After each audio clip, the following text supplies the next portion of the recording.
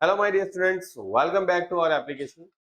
तो चलिए देखो स्टूडेंट्स, स्टार्ट करते हैं। नवंबर 2024 में वीएनएसयू का जो आपका अकाउंट 8 का जो पेपर आया था उसका सॉल्यूशन करते हैं। आज का हमारा जो पेपर होगा, जो वीडियो रहेगा वो एमसीक्यू के लिए रहेगा। तो एमसीक्यू का सॉल्यूशन हम लोग आज करने वाले हैं। तो देखो, यहाँ पर बहुत सिंपल से एमसीक्यू पूछे और प्रैक्टिकल भी बहुत सिंपल है। देखो यहाँ पर एटीकेटी का जो पेपर है जो पिछले साल आया था वो है। ओके। और फिर उसके बाद आपका ये जो पेपर है वो 24, ओके, 2024 अक्टूबर में हुआ था उसका है। तो चलिए देखो, स्टार्ट करते हैं। यहाँ पर हमारे पास जो फर्स्ट एमसीक्यू है, ठीक है, फर्स्ट एमसीक्यू है, उसका सॉल्यूशन क्या आएगा एक बार चेक करो। ठीक है, अब देखो यहाँ पर बोला क्या गया, which of the following statement is not correct. देखो नॉट करेक्ट बोला है, मतलब कौन सा स्टेटमेंट गलत है वो आपको पूछा है। ठीक है, देखो, the object of budgetary control is not use the budget as a control on all business activity. देखो ये बजटरी कंट्रोल है, क्या सभी बिजनेस एक्टिविटी के लिए यूज होता है? तो बिल्कुल सर यूज होता है, ये करेक्ट है, ये सही है, ये वाला पॉइंट सही है। अपने को गलत पॉइंट ढूंढना है। फिर बोला budgetary control means the control of the top management and, okay, देखो टॉप मैनेजमेंट बोला है कि बोले टॉप मैनेजमेंट ही प्रिपेयर करते हैं। ठीक है, क्या ऐसा सही है कि टॉप मैनेजमेंट ही बजटरी कंट्रोल को यूज करते हैं? अभी देखो फिलहाल तो ये देखता है कि ये गलत है। ठीक है, मतलब आपको नॉट करेक्ट ही ढूंढना था, तो इसका मतलब बी आंसर आ सकता है, लेकिन आगे भी एक बार पढ़ लो। ठीक है, the responsibility of the administration officer is the fix under the budgetary control, ये भी सही है। And in the budgetary control the pre determine estimate, अच्छा ये भी सही है। मतलब बजटरी कंट्रोल में देखो, अगर आपने चैप्टर यूज किया हो ना, फ्लेक्सिबल बजट, कैश बजट, उसमें आपने देखा होगा कि ये कहीं ना कहीं आपको देखने को मिलता होगा कि प्री डिटरमाइन एस्टिमेट आप यूज करते हो। जैसे आप कैश फ्लो बजट में यूज करते हैं कि आप पहले से ये सोच के बैठे हो कि इतना इतना इतना आपका क्या होगा, प्रोडक्शन होगा, और उसी तरीके से आप प्रोडक्शन का मूवमेंट करते हो। तो ये आपका बी जो है वो गलत ऑप्शन है, बिकॉज यहाँ पर बोला है सिर्फ टॉप मैनेजमेंट ही यूज करता है। देखो ये गलत है, बजटरी कंट्रोल सिर्फ टॉप मैनेजमेंट नहीं प्रिपेयर करता, लोअर लोअर लेवल पर भी काम होता है इसके थ्रू। ठीक है, चलिए, now which of the following statement is correct. देखो ध्यान रखना, यहाँ पर करेक्ट पूछा है। ठीक है, नॉट करेक्ट, करेक्ट में थोड़ा ध्यान रखो। ओके, चलो देखो, the task of preparing the budget is that of account only. Okay, in the budget, quantitative as well as the monetary figures are given for the next period. Only the quantitative figure are given in the budget and budget is prepared for the previous year. देखो correct कौन सा है? देखो यहाँ पर क्या बोला कि करेक्ट, तो देखो बजट जो है ना, वो सिर्फ क्वांटिटेटिव डिटेल्स को नहीं प्रेजेंट करता, वो क्वांटिटेटिव डिटेल्स को भी प्रेजेंट करता है और मॉनेटरी डिटेल्स को भी प्रेजेंट करता है, दोनों को प्रेजेंट करता है। तो ये तो ऑप्शन ही गलत हो गया, बिकॉज ओनली क्वांटिटेटिव लिख दिया। Okay, and budget is prepare for the previous year, क्या सिर्फ प्रीवियस ईयर का ही प्रिपेयर करते हैं? बजट प्रीवियस ईयर का थोड़ी प्रिपेयर करते हैं। बजट तो हम फ्यूचर के ईयर का प्रिपेयर करेंगे ना, प्रीवियस ईयर का प्रिपेयर करके क्या करेंगे? ठीक है, तो ये ऑप्शन तो देखो देखने से ही मतलब पता चल जाता है गलत। अब यहाँ पर बोला ही गया है कि देखो quantitative as well as monetary, मतलब दोनों में, क्योंकि बजट जब आप बनाते हो ना, तो आप कितने यूनिट्स प्रोडक्शन करोगे, कितने रुपीस का सेल्स होगा, कितना खर्चा होगा, कितना मतलब कितना एक्सपेंसेस कहाँ पर होगा, मटेरियल में, लेबर में, मतलब एवरीथिंग आप चेक करते हो, है ना। और एवरीथिंग सब कुछ आप बजट के अंदर कवर करते हो, कितना प्रोडक्शन करना है, कितना मटेरियल लगेगा, लेबर कितना, टाइम कितना। तो quantitative as well as monetary figure दोनों हम शो करते हैं, तो यहाँ पर ऑप्शन बी आएगा। ठीक है, चलिए, okay, which of the following the not object of, देखो नॉट ऑब्जेक्ट, आपको ये बताना है कि कौन सा ऑब्जेक्ट नहीं है। ठीक है, तो इसके लिए तो पहले ऑब्जेक्ट सारे पढ़े होने चाहिए। आप आपने सारे ऑब्जेक्ट पढ़े हैं तो आप लगा सकते हो। तो it's required approval for the routine spending, okay, it's establish the price for internal service, budgeting force advance planning, okay, budgeting force advance planning, it's communicates, हाँ, management policy to the subordinate. Okay, आपको क्या लगता है कि इसमें कौन सा budget नहीं हो सकता, मतलब उसका ऑब्जेक्ट नहीं हो सकता?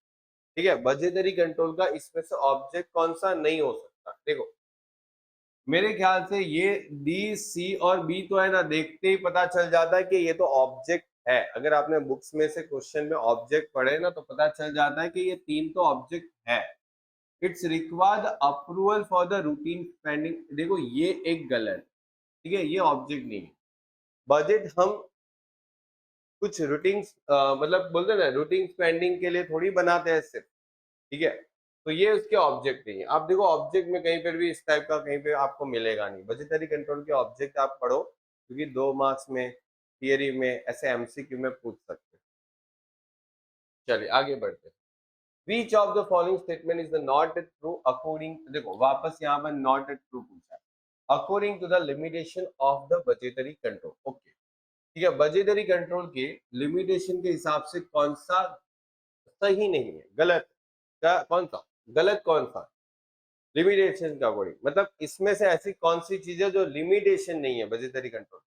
ठीक है, तो चलिए देखते हैं। The budgetary control is an expensive system. क्या ये मतलब बहुत एक्सपेंसिव है क्या? ठीक है, ये पूछा है। The success of budgetary control is depending upon the accuracy of estimated figure. Okay, and execution of the budgetary control depend upon the collective efforts। okay, the budgetary control is a flexible system। देखो, मेरे ख्याल से जो पहला है, जैसे बोला गया budgetary control is expensive system, ठीक है, ये तो उसकी लिमिटेशन है, क्योंकि बजट बनाने के लिए एक हमें एक्सपेंस लगते हैं, ठीक है, क्योंकि डेटा चाहिए, ठीक है, और आपको एक मतलब पर्सन जो है, जो बजट बनाता है, उसको सैलरी वगैरह, मतलब और भी बहुत सारे खर्चे होते हैं। तो ये तो एक्सपेंसिव है, आप उस पर पढ़ना, उसके लिमिटेशन में लिखा है, ये तो उसके लिमिटेशन है। फिर बोला गया success of the budgetary control is depend upon the accuracy of the estimated figure. Yes, आप बजट बनाते हो तो वो एस्टिमेट फिगर होता है ना, जैसे आपने कैश बजट, फ्लेक्सिबल बजट बनाते हो कि इतना प्रोडक्शन पे इतना खर्चा होगा, इतना कैश फ्लो होने वाला है। तो ये सब चीज जो है, वो क्या रियलिस्टिक होती है? नहीं, वो एस्टिमेटेड होती है। तो बजटरी कंट्रोल में हम जो बजट बनाते हैं, वो एक डिपेंड्स करता है कि एस्टिमेट फिगर, और एस्टिमेट फिगर कितना रियलिस्टिक होता है, उसके ऊपर डिपेंड कर जाता है बजट का सक्सेस होना या फेलर होना। ठीक है, तो यहाँ पर ये भी उसका लिमिटेशन है। और execution of the budgetary control depend on the collective efforts, ये भी सही है, ये भी इसकी लिमिटेशन है। तो यहाँ पर ये जो है ना, वो लिमिटेशन नहीं है, बिकॉज नॉट ए ट्रू बोला है। तो फ्लेक्सिबल सिस्टम, ठीक है, ये गलत है, ठीक है, ये गलत है कि ये इसकी लिमिटेशन नहीं है। ठीक है, ये इसका एडवांटेजेस हो गया कि budgetary control is a flexible system, ये उसका एडवांटेज हो गया। ठीक है, और यहाँ पर वही पूछा है कि लिमिटेशन कौन सा नहीं है, ये तो उसका एडवांटेजेस में आ जाता है। Which of the following statement is a true? देखो यहाँ पर सही पूछा है, according to the advantages of the. अच्छा देखो, अभी वहां पर एडवांटेजेस आ गए, तो यहाँ पर कौन सा एडवांटेजेस है? देखो, मेरे ख्याल से यहाँ पर prepare the master budget on the base of the departmental budget. अच्छा, डिपार्टमेंटल बजट के हिसाब से आप मास्टर बजट बना सकते हो। फिर डेवलप द फोरकास्ट कैलकुलेशन। अच्छा, ये भी आपका सही है। तो मतलब देखो, मेरे को लग रहा है कि दो तो एडवांटेजेस में आ ही गए, ए और बी दोनों एडवांटेजेस है। तो बस सीधा टिक कर दो डी, ठीक है, क्योंकि दो ऑप्शन तो आपको दिख ही रहे कि एडवांटेजेस है ही। और यहाँ पर ये भी एडवांटेजेस है कि burden of the top level management. Okay, ये टॉप लेवल मैनेजमेंट पे बर्डन होता है। Which of the following budget is a not including according to the time factor? Okay, कौन सा टाइम फैक्टर के हिसाब से नॉट, अच्छा कौन सा टाइम फैक्टर के हिसाब से इंक्लूड नहीं होता? देखो, टाइम फैक्टर के हिसाब से लॉन्ग टर्म और शॉर्ट टर्म बजट होता है। तो कौन सा नहीं होता? Flexible budget is a not according to the time factor. ठीक है, फ्लेक्सिबल बजट टाइम फैक्टर के हिसाब से नहीं होता। Which of the following particular is the include according? देखो, include according to the classification of production budget. तो direct material budget ये भी प्रोडक्शन बजट में आता है, डायरेक्ट लेबर बजट ये भी प्रोडक्शन बजट में काम आता है, फैक्ट्री ओवरहेड ये भी प्रोडक्शन बजट में काम आता है। तो मतलब ऑल ऑफ द अबव ही आएगा, क्योंकि ये सब तो बहुत सिंपल एमसीक्यू है। which of the following particular is included in the types of responsibility center? तो आप देखो रिस्पॉन्सिबिलिटी सेंटर वाला जो टॉपिक है आपके जो चैप्टर है उसमें, तो वहां पर जाओगे तो revenue centre, investment centre, expense centre, profit centre, ऐसे आपको रिस्पॉन्सिबिलिटी सेंटर मिल जाएंगे। तो यहाँ पर ऑल ऑफ द अबव आ जाएगा। चलिए, in the adjusted income method, okay, adjusted income method of preparing the cash budget, which of the following relevant, okay, कौन सा relevant है, ठीक है। तो यहाँ पर it is a compulsory to prepare the projected balance sheet। क्या ये projected balance sheet के लिए कंपल्सरी है प्रिपेयर करना? ओके, बिल्कुल सही है। देखो, प्रोजेक्टेड बैलेंस शीट के लिए प्रिपेयर करना जरूरी है। Adjustment is to be made for the non cash item also, item not affecting the profit loss. Okay, मतलब देखो, adjustment is to be made for the non cash item and also item not affecting the profit loss. तो adjusted income method जो है, adjusted income method मतलब क्या हो गया कि आपके पास जो नॉन कैश आइटम है, मतलब नॉन कैश आइटम मतलब समझो जो ऐसी चीज है जिसमें जैसे लाइक डेप्रिसिएशन है, नॉन कैश आइटम, उसकी एडजस्टमेंट के थ्रू आप क्या बनाते हो? कैश बजट बनाते हो। कैश बजट जो बनाते हैं ना, एक्चुअली अभी जो आपके सिलेबस में कैश बजट के क्वेश्चन है ना, वो कैसे क्वेश्चन है कि जहां पर आपके पास सेल्स दे रखा होता है, ठीक है, परचेस दे रखा होता है, और उसके ऊपर से आप कैश बजट बनाते हैं।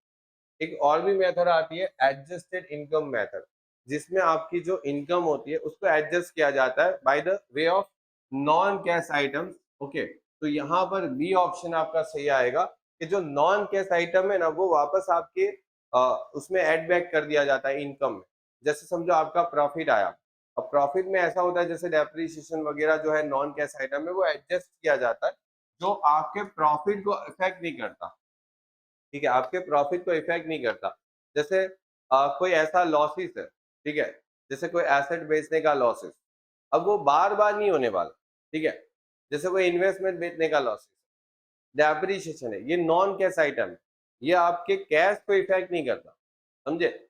जैसे मैं अगर बोलूँ मेरे को 1 लाख का डेप्रिसिएशन हो गया, हो जाने तो कोई फर्क नहीं पड़ता, नेक्स्ट ईयर 2 लाख का हो जाए, क्या फर्क पड़ता है? क्या मेरा कैश फर्क पड़ेगा इससे? कैश बजट में कैश फर्क नहीं पड़ता नॉन कैश आइटम से, ठीक है। चलो, ये हो गया। अब आते हैं, देखो, overhead expenses of the January February. Okay, देखो यहाँ पर कैलकुलेशन करना पड़ेगा, तो अभी कैलकुलेशन वाले क्वेश्चन आ गए। जनवरी और फेब्रुआरी कितना है? 1,20,000 और ये 1,92,000, 192। और आपके पास यहाँ पर क्या दे रखा था? ये एक्सपेंस दे रखा। ओके, क्या पूछा गया है? टाइम लेग पेमेंट 1/4 मंथ है, तो calculate the total amount to be paid in February महीने। ओके, फेब्रुआरी महीने में कितना अमाउंट पे होगा? चलो देखो, यहाँ पर ध्यान दो। पेमेंट कैसे होना चाहिए? देखो, ये जो पेमेंट है ना, जैसे आपका जनवरी का जो पेमेंट 1,20,000, इसका 1/4 का मतलब क्या हो जाता है? देखो, 1/4 का मतलब क्या हो जाता है? 1/4 का मतलब हो जाता है ये अमाउंट जो है ना, वो आपका नेक्स्ट मंथ में पे होता है, नेक्स्ट मंथ। और इसको 1 में से माइनस कर दो, मतलब हो जाता है 3/4। ये पेमेंट जो है ना, वो आपका करंट मंथ में पे होता है, करंट मंथ, समझे।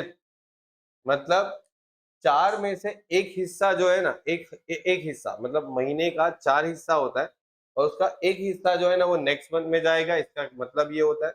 और बाकी 4 में से 3 हिस्से जो है वो उसी महीने में पे होंगे।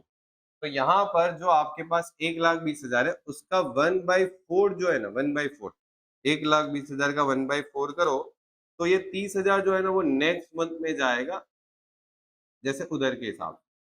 और 1,20,000 में से 30,000 तो नेक्स्ट मंथ में चला गया, तो बाकी बचा 90,000। 1,20,000 में से 30,000 माइनस कर दो, 90,000 वो इसी महीने में पे होगा, मतलब उसी महीने में, मतलब जिस महीने में आपने खर्चा किया उसी महीने में पेमेंट होगा। वैसे ही फेब्रुआरी महीने की बात, तो फेब्रुआरी महीने में आपने 1,92,000 का क्या किया? खर्चा किया।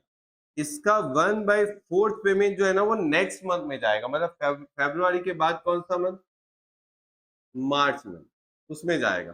तो 192 का 1/4 करोगे तो 48,000 का पेमेंट जो है ना वो नेक्स्ट मंथ में चला जाएगा, नेक्स्ट मंथ। तो इसमें से इतना पेमेंट नेक्स्ट मंथ में चला गया तो बचा कितना, तो सर 1,44,000 जो पेमेंट है ना वो इसी महीने में रह जाएगा करंट मंथ। या तो आप डायरेक्टली इधर 3/4 कर देते तो भी ये मिलता, और बाकी का नेक्स्ट मंथ में, ऐसे भी कर सकते हैं, दोनों मेथड चलती है। अब देखो तो आंसर से मतलब है, और ये दोनों का टोटल कर लिया जाए कि यहाँ पर ये अमाउंट और ये अमाउंट 30,000 और 174,000, ठीक है। तो ये 174,000 यहाँ पर बी ऑप्शन है, ठीक है। ये आपका हो गया काम खत्म। चलो, उसके बाद in the company 50% production capacity 15,000 unit are produced at 60% production capacity, depreciation per unit is a 10। देखो depreciation per unit दे रखा है जो कि 10 रुपए, और बोला क्या गया 80% प्रोडक्शन कैपेसिटी अगर होती है तो डेप्रीसिएशन पर यूनिट जो है वो 7.5। तो डेप्रीसिएशन जो है वो आपका कौन से टाइप का एक्सपेंस है, देखो मैंने आपको बताया हुआ है कि depreciation is always fix expenses. Depreciation आप कितना भी प्रोडक्शन कैपेसिटी चेंज कर लो, मैं चाहे 100% पे काम कर लूँ, मैं चाहे 50% पे काम कर लूँ, कुछ फर्क नहीं पड़ता। डेप्रीसिएशन का जो टोटल अमाउंट होता है वो फिक्स रहता है। तो यहाँ पर आंख बंद करके आप सी ऑप्शन टिक कर सकते हो, लेकिन अगर आपको कैलकुलेशन से प्रेजेंटेशन समझाना है तो मैं वो भी समझा देता हूँ। देखो यहाँ पर क्या बोला है कि in the company 50% production capacity जो है उनका कितना है 15,000 है। मतलब अगर कोई कंपनी 50% काम करती है तो 15,000 यूनिट बना सकती है, लेकिन एट 60%, मतलब देखो अगर वो 60% काम करती है तो उसका जो डेप्रीसिएशन है, मतलब डेप्रीसिएशन पर यूनिट जो है वो कितना आ रहा है, बोले सर 10 रुपए आ रहा है। और यहाँ पर अगर 80% काम करेगी तो उसका पर यूनिट डेप्रीसिएशन कितना आ रहा है, 80% के लिए, 80% के लिए पर यूनिट डेप्रीसिएशन कितना आ रहा है, 7.5 rupees per unit, per unit. अभी आपको क्या करना है, देखो आपको ये करना है कि अगर 50% पे अगर वो लोग 15,000 यूनिट बनाते हैं, ठीक है, 50% पे अगर वो 15,000 यूनिट बनाते हैं तो आप ऐसा कर सकते हो ना कि पहले काम करो, मैंने आपको बताया था कि 100% वाला निकाल, ठीक है। मैंने आपको बोला था कि आप 100% वाली कैलकुलेशन निकाल, 100% की कैलकुलेशन निकालते हो ना तो बहुत इजीली आपका काउंट हो जाता है कि भाई 50% पे इतना, तो 100% पे कितना आएगा, तो बोले सर वो 30,000 यूनिट बना सकते, ठीक है, डबल ही हो जाएगा ना। अब आप खुद सोच लो कि मैं तो अभी यहाँ पर 60% काम कर रहा हूँ और 80% काम कर रहा हूँ, तो इसका अगर आप 60% करते हो और इसी का अगर आप 80% भी करते हो तो कितना यूनिट्स आता है, देखो 30,000 का 60% करो तो 18,000 यूनिट्स आता है, ओके। और इसको अगर आप कर रहे हो 80% तो 24,000 यूनिट्स आता है। और फिर अगर मैं मल्टीप्लाई करूं तो ये 1,80,000 आएगा। मल्टीप्लाई करना है क्योंकि मुझे पर यूनिट दे रखा है ना, पर यूनिट को यूनिट से मल्टीप्लाई कर देंगे और इसको भी मल्टीप्लाई कर देंगे। 24,000 इंटू 7.5, 1,80,000।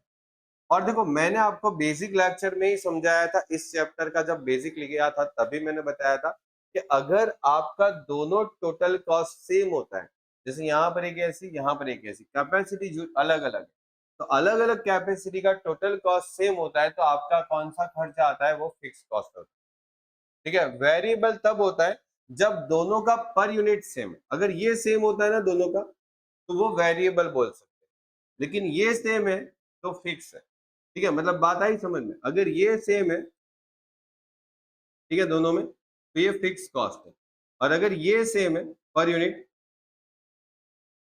तो ये वेरिएबल कॉस्ट। और अगर ये भी सेम नहीं है, ये भी सेम नहीं हो रहा है, तो फिर हो सकता है कि वो सेमी वेरिएबल कॉस्ट हो, और सेमी वेरिएबल फिर आता है, ठीक है। और ये सब मैंने बेसिक में समझाया हुआ है, आप एक बार चेक कर लेना, ओके। अब देखो यहाँ पर स्टूडेंट्स क्या बोला गया कि information of the company as follow, okay, 60% काम करो और इतना खर्चा करो और 80% काम करो इतना खर्चा करो, ठीक है। क्या बोला गया, how much will be the total factory expenses if the production is done 100% capacity, मतलब अगर आप 100% कैपेसिटी पे काम करोगे तो आपका कितना खर्चा होगा। तो चलिए देख लेते हैं कैसे करना है। तो देखो 60% पे आपने कितना एक्सपेंस किया, बोले सर 60% पे 4,22,400, और 80% पे कितना खर्चा किया बेटा, 80% पे कितना खर्चा किया, 5,28,000। अगर मैं इन दोनों का डिफरेंस निकाल लूं तो कितना परसेंट आ जाता है, 20%। और इन दोनों का भी अगर मैं डिफरेंस निकाल लूं तो कितना आ रहा है, एक सेकेंड, 4,22,400 और 5,28,000, 1,56,000। और मैंने बोला था कि ये जो डिफरेंस आता है ना, वो डिफरेंस से आपको कौन सा खर्चा मिल जाता है, वेरिएबल कॉस्ट मिल जाता है। क्या मिल जाता है, वेरिएबल कॉस्ट। अगर मैं इसको डिवाइड कर लूं, ठीक है, इसको डिफरेंस से डिवाइड कर लूं, तो मुझे वेरिएबल कॉस्ट मिल जाएगा 100% के लिए। कितने परसेंट के लिए, 100% के लिए। तो ये हो गया 20% से डिवाइड, ये आ गया 5,28,000। मतलब मेरा अगर 100% के लिए वेरिएबल कॉस्ट कितना आ जाएगा, 5,28,000। और मुझे यहां से ये पता लगाना है कि वेरिएबल कॉस्ट इसके अंदर कितना छुपा हुआ है, इसमें से कितना वेरिएबल और कितना फिक्स, ये मुझे पता लगाना है। तो मैं क्या करूंगा, ये जो आपका वेरिएबल कॉस्ट आया वो 100% का वेरिएबल कॉस्ट है। अगर मैं इसका 60% करूं तो मुझे 60% का क्या मिल जाएगा, वेरिएबल कॉस्ट मिल जाएगा। बिकॉज ये 100% का वेरिएबल कॉस्ट है, 60% का कितना हो जाएगा, 3,16,800। और मुझे 80% का भी चाहिए तो मैं 80% कर दूंगा इसका, तो मेरे पास 4,22,400 आ जाए, ठीक है। और इसमें से माइनस करूं तो मेरे को फिक्स कॉस्ट मिल जाएगा, ओके, 1,056,000। और ये भी माइनस करके चेक कर लो, 1,056,000। मतलब फिक्स कॉस्ट तो सेम रहता है ना, मैंने बताया ना, फिक्स कॉस्ट देखो सेम, मतलब इसके अंदर इतना वेरिएबल है इतना फिक्स है, इसमें इतना वेरिएबल है इतना फिक्स है। और क्वेश्चन में क्या पूछा है, 100% कैपेसिटी पे क्या निकालो, टोटल खर्चा निकालो ना, टोटल फैक्ट्री कॉस्ट।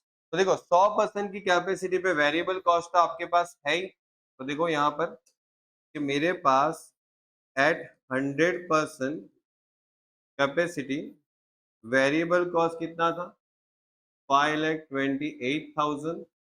और फिक्स कॉस्ट तो हर एक कैपेसिटी में सेम रहेगा, जब तक कुछ बोला नहीं है कि बढ़ेगा या कम होगा।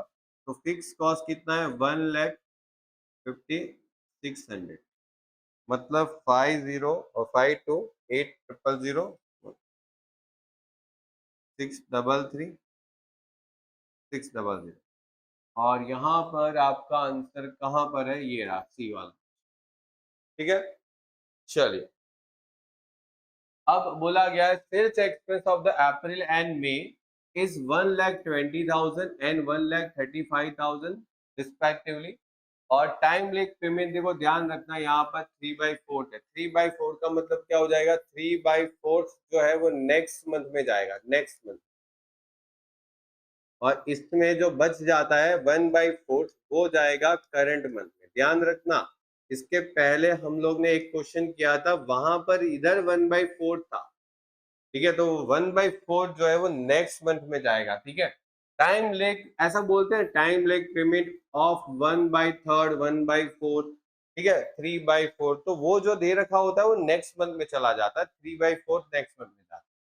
और total amount pay in the month of May month में कितना पेमेंट किया था वो निकालना था। देखो अप्रैल है और है मई, कितना है पेमेंट, 1,20,000 है और 1,35,000 है, ये आपका एक्सपेंस। और उसका मुझे जब पेमेंट करना है तो ध्यान रखना कि पहले जब आप अप्रैल का पेमेंट करोगे 1,20,000, तो उसमें करंट मंथ में कितना आएगा, 1/4, नेक्स्ट मंथ में कितना जाएगा, 3/4। तो मुझे नेक्स्ट मंथ का ही निकालना है, बिकॉज मुझे मई मंथ का निकालना है। तो 1,20,000 डिवाइड बाई 3/4 कितना आ रहा है, 90,000, ओके। और मई मंथ का 1,35,000 जो आया, ये 135 जो आया, उसमें हमें मई मंथ में कितना पेमेंट करना है, तो करंट मंथ में कितना आएगा 1/4। या तो आप नेक्स्ट मंथ का निकालो, उसमें से माइनस कर दो तो करंट मंथ का मिल जाएगा।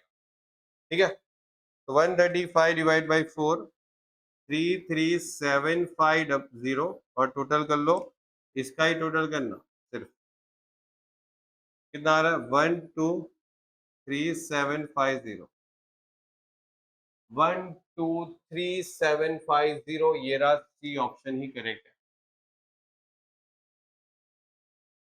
चलिए एक और क्वेश्चन है कि if the profit volume ratio, मतलब बोले तो पीवी रेशियो 40%, मार्जिन सेफ्टी कितना है, मार्जिन ऑफ सेफ्टी कितना है 30%, और आपको सेल्स दे रखा है, तो how much amount of fix expenses. अच्छा सेल्स दे रखा है, तो आपके पास सेल है, ये रहा 3,60,000।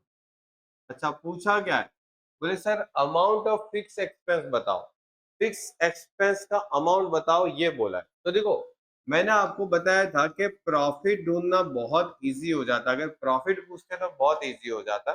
कि प्रॉफिट अगर पूछा होता तो sales into PV ratio into margin of safety ऐसे करके निकल सकता था। ठीक है, अगर प्रॉफिट पूछते तो ये सेम क्वेश्चन है ना, एक बार आगे भी पूछा है लेकिन वहां पर प्रॉफिट पूछा था, इसलिए बता रहा हूँ दोनों। ठीक है, हाँ वरना आप वापस बोलोगे सर फिक्स एक्सपेंस पूछा है प्रॉफिट का फॉर्मूला लगा रहे हो। भाई मैं यहाँ पर सिखा रहा हूँ, मेरा सिर्फ पर्पस ये नहीं है कि बस मैं आपको जो क्वेश्चन में पूछा है उतना करवा के निकल जाऊँ। ठीक है, क्योंकि क्वेश्चन जब दोबारा पूछेंगे समझो प्रॉफिट पूछ लिया और फिर तब जाके प्रॉब्लम होगा। ठीक है, तो बेटर है सब बता दो। तो प्रॉफिट पूछा तो क्या करोगे, तो 3,60,000 इंटू पीवी रेशियो कितना है 40% इंटू मार्जिन सेफ्टी कितना है 30%। देखो ये फॉर्मूला कैसे बनती है, एक्सप्लेनेशन क्या है, वो सब मैंने अपलोड करके रखा है, सब कुछ समझाया हुआ है। अभी वो टाइम नहीं रहा कि फॉर्मूला समझाओ। ठीक है, मैंने आपको एकदम डिटेल में ये चैप्टर पढ़ाया हुआ है, ये चैप्टर के अंदर मैंने बुक्स के 46 क्वेश्चन जो है वो सारे के सारे करवाए। इवन पिछले 15 पेपर के सॉल्यूशन करवाए, 15 पेपर के सॉल्यूशन इस क्वेश्चन के लिए करवाया, मैं इस चैप्टर के लिए सब कुछ करवा दिया। और ये चैप्टर छोड़ के मत जाओ, बस इतना बोलता हूँ। 43,200 ये आपका प्रॉफिट है। ओके, ये आपका प्रॉफिट है, लेकिन ये हमें पूछा नहीं है, ये प्रॉफिट। अभी आपको पूछा है फिक्स एक्सपेंस, तो फिक्स एक्सपेंस पूछते हैं तो आपके पास एक और भी ऑप्शन है जिसमें आपने सेल्स कितना लिखा, बोले सर 3,60,000। ओके, फिर आपको पता है वेरिएबल कॉस्ट कितना होता है, तो यस सर वेरिएबल कॉस्ट पता होता है क्योंकि पीवी रेशियो 40% है ना, पीवी रेशियो 40% है, तो वेरिएबल कॉस्ट कितना परसेंट हो जाता है 60%। जब ये 40% होता है तो ये 60% होता है। ठीक है, ऐसा मैंने आपको सिखाया भी हुआ है। तो ये 60% कर दो, कितना आता है सर जी, 3,60,000 का 60% मतलब 2,16,000 माइनस करके इक्वल टू करे 144, ये आ जाएगा कंट्रीब्यूशन। और इसमें से अगर फिक्स कॉस्ट माइनस करते हैं ना तो प्रॉफिट मिलता है, और प्रॉफिट क्वेश्चन में हमारे पास है कितना आ गया -43,200, तो बीच में कितना माइनस हुआ होगा 1,008,000। ठीक है, ये आपको ढूंढना था। ठीक है, और देखो आंसर है क्या मेरा। ओके कंप्लीट देख लो, प्रॉफिट ढूंढा तो तुरंत आ गया आंसर। अभी और भी बहुत सारे तरीके हैं जिससे ये क्वेश्चन हो सकता है। ठीक है, और भी बहुत सारे तरीके हैं जिससे ये क्वेश्चन हो सकता है, लेकिन मैं मानू ये क्वेश्चन इस तरीके से भी कर सकते हो, इजी रहेगा। दूसरा भी एक तरीका बता देता हूँ, अगर किसी ने ऐसा किया, जैसे आपको पता है कि सेल्स में से मार्जिन सेफ्टी माइनस कर देते तो क्या मिल जाता है ब्रेक इवन पॉइंट। कितना ब्रेक इवन पॉइंट हो जाएगा, अगर ये 30% है तो ये 70% हो जाता है, होता है कि नहीं होता है। बिल्कुल सर, तो मतलब मेरे पास ब्रेक इवन पॉइंट निकालना हो तो क्या हो सकता है, बोले सर सेल्स इनटू क्या हो जाएगा, आपके पास 70% है, तो यहाँ पर सेल्स है 3,60,000 इंटू 70% करो। बोले सर 3,60,000 का 70% करूंगा तो 252 आ रहा है। अब मुझे ब्रेक इवन पॉइंट का फॉर्मूला पता है कि sir fix cost divide by क्या आता है पीवी रेशियो। अब ब्रेक इवन पॉइंट कितना है 252, और फिक्स कॉस्ट नहीं था ना मेरे पास, पीवी रेशियो कितना था, बोले सर पीवी रेशियो 40%। और ये सामने चला जाए तो 250 2000 इंटू 40% करोगे, ठीक है, इसको 40% करोगे तो 1000800 और फिक्स कॉस्ट डन। ये हो गया काम खत्म, कंप्लीट। देख लो, मैंने दो दो तीन तीन तरीके से ये क्वेश्चन करवाया ताकि आपको समझ में आना ही चाहिए इस तरीके से, ठीक है। फिक्स कॉस्ट जो है वो आपके पास 3,24,000 है। प्रॉफिट वॉल्यूम रेशियो 40% है। सेल्स प्राइस जो है पर यूनिट जो है वो 75, ओके। और बोला क्या गया है, what will be the necessary sales unit, okay, to earn profit 2,16,000। बहुत इजी क्वेश्चन पूछा। देखो सबसे पहले तो आपके पास सेल्स प्राइस दे रखी, सेलिंग प्राइस कितनी दे रखी है बेटा, ये सेलिंग प्राइस हो गई 75, ओके। उसमें से वेरिएबल कॉस्ट निकल जाएगा। देखो पीवी रेशियो दे रखा है तो वेरिएबल कॉस्ट कितना परसेंट हो जाता है, 60%, ठीक है। 40% है, उसका ऑपोजिट कर लो, खत्म कहानी। तो ये इसका 60% कर लो, कितना आता है, 75 का 60%, 45 माइनस करो 30, ये आ जाता है कंट्रीब्यूशन, ओके। और क्वेश्चन में पूछा क्या है, रिक्वायर्ड सेल यूनिट पूछा है ना। फॉर्मूला क्या है, बोले sir fix cost plus profit divide by, okay. अब देखो फिक्स कॉस्ट कितना है, 3,24,000। बोला सर प्रॉफिट चाहिए 2,16,000 और कंट्रीब्यूशन कितना है 30। तो 3,24,000 2,16,000 डिवाइड बाई 30 कितना आता है, 18,000 यूनिट्स आ गया। ये काम हो गया आपका, 18,000 यूनिट्स है क्या, देखो ये डन, खत्म कहानी। सिंपल सा क्वेश्चन है, ओके। चलिए तो देखो कंप्लीट करो ये क्वेश्चन को। मिलते हैं आपको नेक्स्ट लेक्चर के अंदर, क्योंकि 15 एमसीक्यू का जो हमारा जो टॉपिक था वो कंप्लीट हो गया। नेक्स्ट लेक्चर के अंदर हम लोग शॉर्ट क्वेश्चन कंप्लीट करेंगे। तो स्टूडेंट्स मिलते हैं नेक्स्ट लेक्चर के अंदर, तब तक के लिए गुड बाय और टेक केयर।